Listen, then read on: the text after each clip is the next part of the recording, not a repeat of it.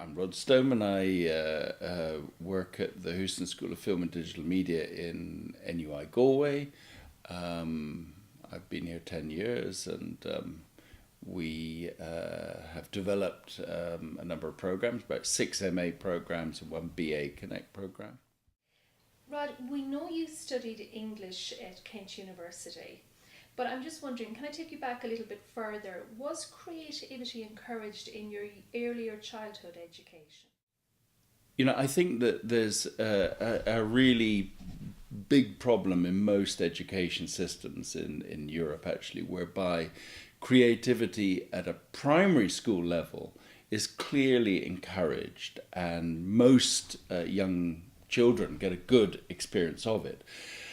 And yet, quite often, when they reach secondary education, the shutters come down. And in fact, the vast majority of young people are told they can't do it. They're told that, no, you can't draw. You can't play in a sandpit anymore. And the educational experience changes. It's a long time ago, but I remember a kind of really difficult junction point for me when I'd finished secondary and was about to go to college. And I could see a fork in the road in the English educational system for me, which was to go to university, which has virtually no creative space or productive space within an academic degree course, or go to art college, which rightly or wrongly I thought was weak intellectually, in that because it does focus on the creative, the space for stimulating academic and intellectual experience would be limited. So I remember the pain of having to make a choice, which I've always felt was wrong, because I think the movement between analytic, critical work and creative, productive work is essential. But actually our systems offer a kind of divorce at the age of 17, 18. So I actually went, as you mentioned, I went to the University of Kent, Canterbury to do English literature and had a very good time of it. But it's interesting that now, many decades later, I'm interested to see that a friend of mine who teaches in Pittsburgh in the States says that people doing English literature have asked that there be an option for creative writing within that academic course. And that exactly suggests that the space for movement between thinking about great writing and making some kind of modest contribution to creative writing yourself should be opened up. So how did you then move from, we'll say, I presume a degree in English literature into film? Well, there was a little bit of film within English literature at the University of Kent, which was great.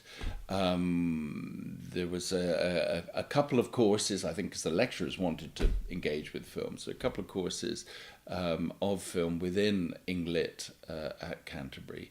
And I went on to a MA level course at the Slade College of Art, which is part of actually University College London. So it's an art college within a university.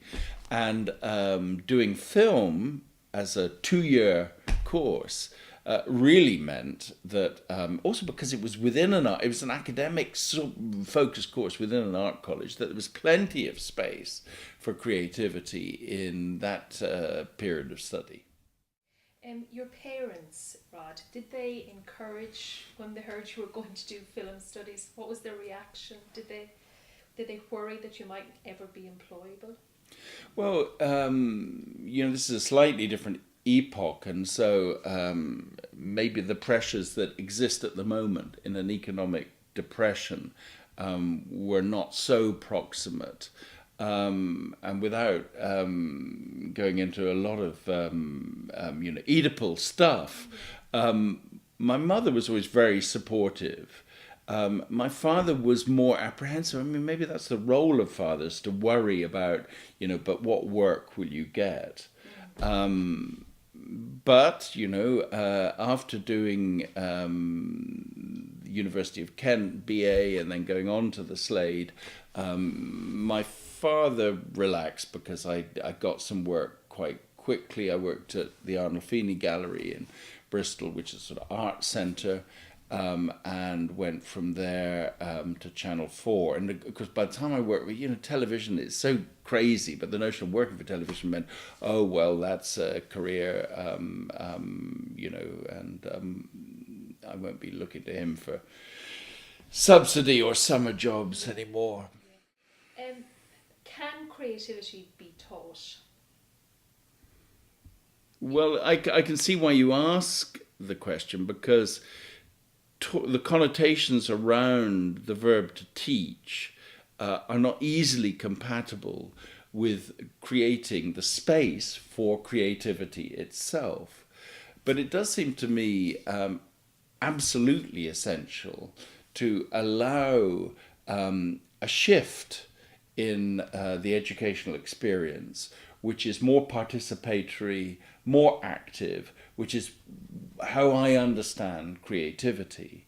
So I don't know if that's teaching or facilitating a process within a teaching environment.